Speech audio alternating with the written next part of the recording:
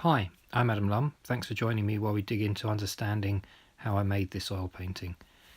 This is the oil painting of the Kappa from my new book The Tide.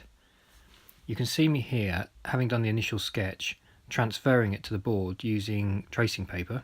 I've simply printed out the rough sketch onto tracing paper, and then I am rubbing over it with a pencil in order to transfer the ink to the sketch. I'm working directly on a pre-stretched canvas which has already been gessoed. I've actually printed it in reverse so that I could print onto the back of this tracing paper, so the image was flipped the right way round when I printed it. Also, as you probably know, you can use a soft lead over the back of the tracing paper and then transfer it that way, but actually the ink of a standard printer will work in the same way. You can see I then had to tidy up a lot using pencil.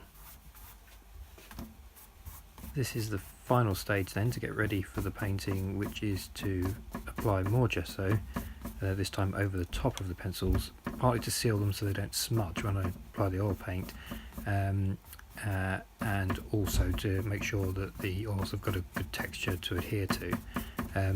Of course, at this stage it's a little scary because you end up with a big blurry mess. However, once the gesso is dried, it does become partially transparent again, and in fact you can get a completely transparent gesso these days.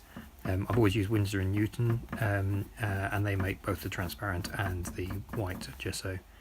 So apply this all over the painting and then allow it to dry.